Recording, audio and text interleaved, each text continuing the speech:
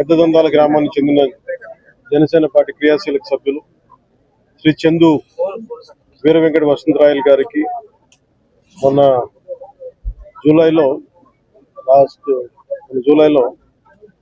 గోదావరి జిల్లా దిగమరు వద్ద రోడ్డు ప్రమాదంలో చనిపోయారు. ఆయన సతీమణి, ఆయన పాప కూడా ఉంటే వాళ్ళు తప్పించుకోగలిగారు, కానీ గాయాలతోటి పాపం ఆయన దురదృష్టవశాత్తు ఆయన మరణించారు. బాగా కదిలించిన సంఘటన. అలాగే అన్ని రకాలుగా చనిపోయిన తర్వాత వారి కుటుంబ సభ్యులకి వాళ్ళు చేసిన దాదాపు 5 మందికి అవయవదానం చేశారు.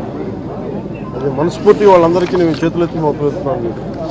ఇది చాలా అరుదుగా చనిపోయిన పుట్టెడు దుఃఖాన్ని గుండెల్లో పెట్టుకొని కూడా అవయవదానం చేసినందుకు వారి కుటుంబానికి, ముఖ్యంగా వారి సతీమణికి, వారి అబ్బాయికి మనస్ఫూర్తిగా నా ధన్యవాదాలు, అభినందనలు ధన్యవాదాలు తెలియజేస్తా ఉన్నాను.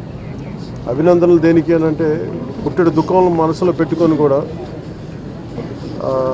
ఎదురుగా మన తండ్రి, ఆవిడ తండ్రిగా ఒక బిడ్డలకి, భర్తగా ఆవిడికి, ఆయన సతీమణికి అవన్నీ పుట్టెడు దుఃఖాన్ని గుండెల్లో పెట్టుకొని కూడా అవయవదానం చేయడం అనేది అసలు నిజంగా అది ఊహించలేనిది. ఇది ప్రత్యేకించి నేనే వద్దామని మొన్న నుంచి ప్రయత్నం చేస్తాను. ఫైనల్కి ఈరోజు కుదిరింది. మనస్ఫూర్తిగా వారికి చనిపోయిన దానికి వారికి సంతాపాన్ని కూడా తెలియజేస్తా ఉన్నాను. అలాగే హైదరాబాద్లో అకౌంటెంట్గా ఉద్యోగం చేస్తూ కుటుంబం కోసం మళ్ళీ ఇక్కడికి వచ్చి ఇక్కడ స్థిరపడినందుకు ప్రభుత్వం తరఫు నుంచి కూడా మేము ఆదుకుంటామని తెలియజేస్తున్నాం.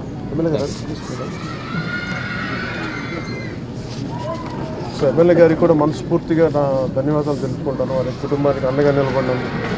అలాగే కష్ట సమయంలో ఇంక 2-3 సమస్యలు ప్రస్తావించారు. వాటికి కూడా కలెక్టర్ గారితో, ఆర్డీఓ గారితో మాట్లాడి ఖచ్చితంగా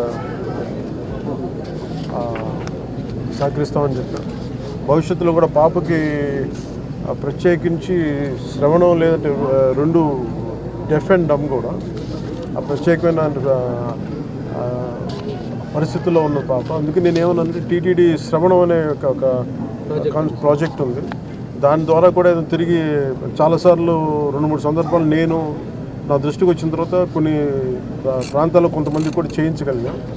అలాగే పాపకు కూడా తిరిగి వినిపించేలాగా దాని టీటీడీ సహకారంతో చేద్దామని అది కూడా వారికి తెలియజేస్తాం.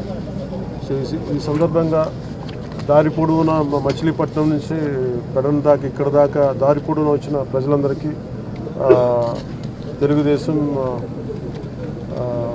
మద్దతుదారులందరికీ, ఎమ్మెల్యే గారికి, అలాగే జనసేన నాయకులకి, కార్యకర్తలకి, ప్రజలందరికీ కూడా, మద్దతుదారులందరికీ కూడా ప్రత్యేక ధన్యవాదాలు తెలియజేస్తాం.